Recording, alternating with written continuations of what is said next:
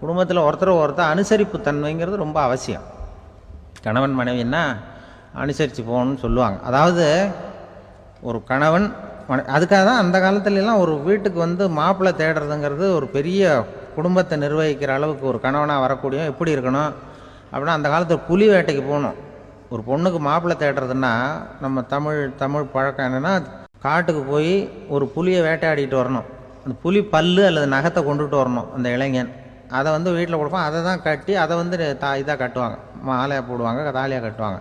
அதாவது வீரம் இருக்கா பையனுக்குன்னு பார்ப்பாங்க. ஒரு பொண்ணு வேணும்னா நீ முதல்ல வீட்டுக்கு பொண்ணு கேட்க போகக்கூடாது, காட்டுக்கு போகணும், போய் புளியை கொண்டு வா, அதுக்கப்புறம் தான் உனக்கு பொண்ணு அப்படின்னு சொல்லுவாங்க.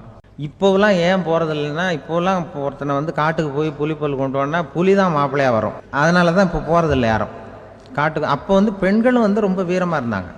பெண்கள் மூலம் அந்த காலத்தில் எப்படின்னா, முறத்தாலேயே புலியை துரத்துவாங்களாம். நம்ம பழைய பாட்டிலெல்லாம் பார்த்துருப்பீங்க, முறத்தால் புலியை விரட்டினாங்கன்னு வரும் பழைய பாட்டு. ஒரு அந்த அளவுக்கு பெண்களுக்கு வீரம். இப்போ கல்யாணம் ஆகி இந்த காலத்தில் ஒரு கணவனை வந்து விரட்டிட்டு வந்தாங்களாம் முறத்தை எடுத்துக்கிட்டு. ஒரு மனைவி அவன் பயந்துட்டு வெளில ஓடி வரான், பின்னாடி முறத்தை எடுத்துகிட்டு அந்த அம்மா ஓடி வருது. இவனை தனியாக பிடிச்சி கொண்டு போய், என்னப்பா இந்த மனைவிட்டு இப்படி பயந்து ஓடி வரியே, முறத்தால் துரத்துறா இப்படி வரியே அப்படின்னு தான் அவன் அப்படியே தடுமாறிக்கிட்டு, அதெல்லாம் ஒன்றும் இல்லை, அவன் என்னை புலியாக நினைக்கிறா அப்படின்னு ஒரு பெருமையாக சொல்லிட்டானான். அந்த காலத்தில் புலியை தான் முறத்தால் விரட்டினாங்க, இப்போ புருஷனை விரட்டுறாங்க அப்படின்னு சொல்லி. தென்கட்சி கோ சாமிநாதன் ஐயா அவர்களின் இன்று ஒரு தகவல் நகைச்சுவை கதைகளை கேட்டு ரசித்தமைக்கு நன்றி.